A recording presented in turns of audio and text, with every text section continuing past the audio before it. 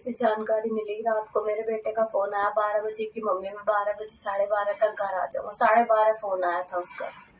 मैंने कहा ठीक है, मेरे लिए खाना बना के रखना। मैंने कहा ठीक है। उसके बाद 1:30 बजे हमारे पास फोन आया कि मेरा बेटा चला गया दुनिया से। राजधानी दिल्ली से एक हैरान करने वाला मामला सामने आया है। दरअसल यहाँ पर केजी मार्ग टॉलस्टॉय मार्ग की रेड लाइट पर एक कार सवार शख्स ने बाइक पर सवार 2 युवकों को टक्कर मार दी और टक्कर इतनी जोरदार थी कि बाइक पर बैठा शख्स तो दूर सड़क पर जा गिरा, जबकि दूसरा लड़का कार की छत पर जा गिरा। हैरत की बात तो ये है कि टक्कर मारने के बाद भी कार सवार युवक ने कार नहीं रोकी और वो कार को दौड़ाता रहा। आरोपी 3 किलोमीटर तक गाड़ी को स्पीड में दौड़ाता रहा। फिर दिल्ली गेट पर आकर आरोपियों ने छत पर लटके लड़के को नीचे फेंक दिया और वहां से फरार हो गए, जिस कारण युवक की मौत हो गई, जबकि दूसरा गंभीर रूप से घायल है। इस पूरे घटनाक्रम में मौके पर मौजूद चश्मदीद मोहम्मद बिलाल ने अपने कैमरे में इस घटना को कैद कर लिया। मोहम्मद ने लगातार अपनी स्कूटी से कार का पीछा भी किया और हॉर्न बजाकर चिल्लाता रहा, लेकिन आरोपियों ने कार नहीं रोकी।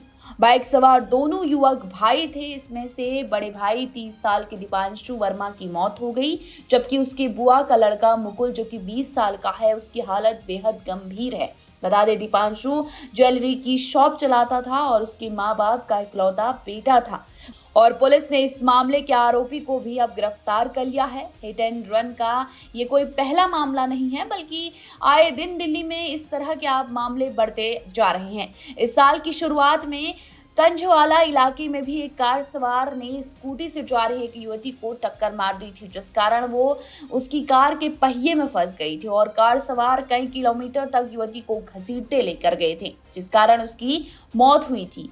वहीं अभी हाल में ही बिहार के सांसद चंदन सिंह का ड्राइवर एक शख्स को कार के बोनट पर लिटाकर करीब 3 किलोमीटर तक ले गया। वो शख्स बचाने की गुहार लगाता रहा, लेकिन ड्राइवर ने गाड़ी नहीं रोकी। आखिरकार उसका भी वही अंजाम हुआ।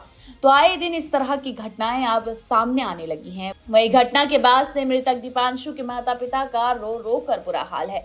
उन्हें यकीन नहीं होता कि इस तरह की घटना हो गई है। उन्होंने कहा कि आरोपी समय रहते मानवता का परिचय देते हुए अपनी गाड़ी रोक लेता तो शायद उनका बेटा उनके बीच होता। जाएगा फिर उसने आगे ले जाकर उसको फेंक दिया। वो क्यों हॉस्पिटल लेके नहीं गया उसको? तो सख्त से सख्त सजा मिले। उसके साथ भी ऐसा ही हो जैसा मेरे बच्चे के साथ हुआ। हमारे पास फोन आया अस्पताल से मेरी बहन का, ऐसे ऐसे बेटे का एक्सीडेंट हो गया, अस्पताल आ गया। और फिर मैं यहाँ से फटाफट अपनी वहाँ जाके पता लगा कि उसकी डेथ हो चुकी है।